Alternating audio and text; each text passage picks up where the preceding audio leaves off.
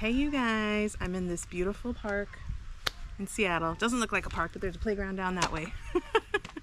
And I want to talk about Food Allergy Awareness Month and advocating as a parent, 'cause it's tough. When we came here, we were looking for a place to live, a neighborhood. This is one of the first spots we found because I love places that, you know, are kind of in nature. And I remember I met a woman who said she worked for the school district and she had just retired, and she'd said, you know, just make sure to advocate for your kid. She didn't know I was going to be working in school. She didn't know anything about me or any conditions my kid can have. She just said, make sure you advocate. And that's something I want to share about and why that's so important. As a parent, especially as a mom, I feel like the hardest thing is not that the condition itself is really not hard to manage, right? Because when we're the parents, we're the experts. We're living it 24/7, 365, you know? It's more what you come across in terms of other people's perception, their understanding, having to educate them. And I've come across people who are open-minded and were really great support systems for us, and I really appreciate them. You guys know who you are. So what we're trying to do is work together to mitigate risk, right? That's the best way to have the safest environment, because there is no cure, so the best way is to avoid exposure. And that's not something that a child is responsible to do alone, especially depending on age, you know? Self-advocacy for the kid is supposed to change developmentally as they grow up, you know? A lot of adults will say, well, what about the real world? Well, the real world is out there, and the school is a federally funded building where you're supposed to be protected with FAPE, right? These are all things that I learned over time. And the biggest tip that I can pass on is, like, listen to your instinct. You know, all moms, we have our mother's instinct. Learn on your own, do research, look in the groups online, but don't just listen to that either, because everyone's story is different. So you want to find a good allergist. You want to have a support system at home. You want to make sure you have ways to balance out mental health, do healthy things to cope with, because it is stressful to always have to explain. And I've had lots of different experiences because we've moved so much, right? So I've been in different school districts, and I've actually worked at my daughter's school while she's there. You know, I had some really beautiful connections and moments where people said, you know what, thank you so much. I learned a lot from you, and now I actually have a family member that has allergies, and because of what you shared, I feel like, you know, more able to handle this. And that is really the goal, right? Is when you're advocating that you keep these relationships open. But a big tip that I want to give you, just to help you feel more at ease, is that wherever you're at, remember, these people are probably going to be in your life only temporarily. So your job isn't to go in and make sure everyone likes you. Your job is to protect your kid in the way that you know is best for them. For each kid, it's going to be individual. Change happens because of advocacy. So go in there with confidence. You know, you have to have a lot of self-confidence with this. Have a trusted friend for support. Have someone you can talk to. You're not in this alone. And you can have a successful experience. Even if it feels hard, it's not going to be that way forever, you know? Keep those communications and relationships open. Try your best with people.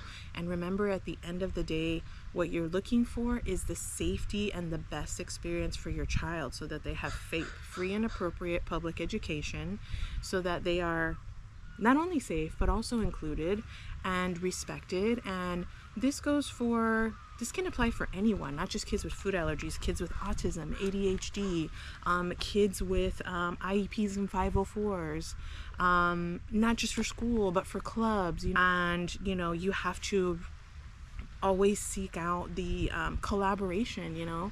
But another thing I want to add, you guys, is with advocating, we're teaching our kids resilience and the steps they're going to need to take on their own when they're in college or in the workplace, because accommodations apply in those areas too, right? And one of the big things we can teach them is you don't want to work around it. You don't want to avoid it. You want to work through it, right? And sometimes it's hard because other people don't want to work through it. And so when you send someone messages and you don't receive a reply, you can tell they're trying to work around it or avoid it. This is common, especially with big events where people want to have their favorite candy, their favorite food, their usual whatever it is. And maybe they're nervous. Maybe they just don't know what to do. And so that's where you being proactive is one of the biggest tips I have for advocating in schools. Be proactive, message ahead of time, message in different ways. If they don't answer, try to pop in, try to, it can be tricky not to get upset if you're not being answered, but try to show up with a positive, doesn't even have to be positive, just cordial, just be cordial, It's really hard as parents because if it's multiple messages and it's been more than a week, we're like, why are they ignoring us? But sometimes I think people just don't know how to answer. And so they're confused. And when people are confused, they don't know what to do. They don't respond. So follow up in multiple ways, phone, email, in person, whatever you can. Be open, You're not doing anything wrong advocating for your kid and asking questions. And also, I want to give you the confidence to ask questions to everyone. Think of everyone else that's involved. It's not just your teacher, it's your teacher, it's the nurse, it's the nursing team, it's the front office because they see who comes in and out with treats. It is, think about if they see a specialist, PE teachers, extracurriculars, any other classes, because sometimes in other classes they'll have food as well. Right now in the school season, it's testing time. Ask about where your kid's going to be testing, if they're going to be bringing extra food, if that food is safe. Always have extras and offer, for a majority of our school experience, we've offered and bought all the treats just so that they're safe and everyone's happy and we get what they like. Make sure your kid always has wipes in case there's a mishap. Make sure they have plenty of snacks, so if something unexpected pops up, they are happy and full and fulfilled. There's so much more. There's so many more tips, but those are just some off the top of my head. I hope this is helpful. Oh, and also for the fall, try to set up meetings and doctor's appointments as early as you can. And when it's time to get that medication, get it early, because last year I had almost all summer I was working towards getting our medication renewed because of challenges with insurance. So start that process early, because if you do have a health condition, whether it's diabetes or allergies or whatever, they won't let you start school until all those things are in place. And you want them in place before your kid starts anyway. So yeah. Oh, and one last tip.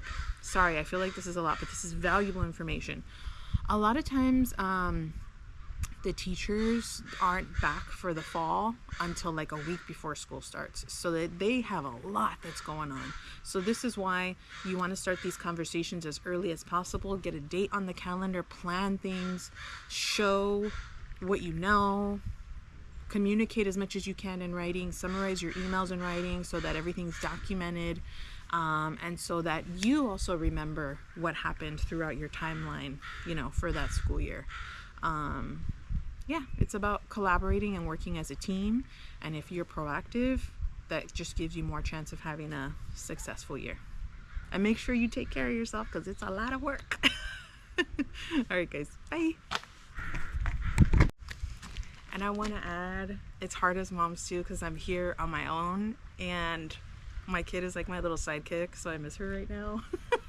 I have a video of her hanging out here and just being happy and enjoying the breeze. And so if you're having a hard time, look back through your pictures and your videos. Take pictures and videos. Keep those, because those are going to be your memories of the life that you build with your kid. All right. Take care. Bye.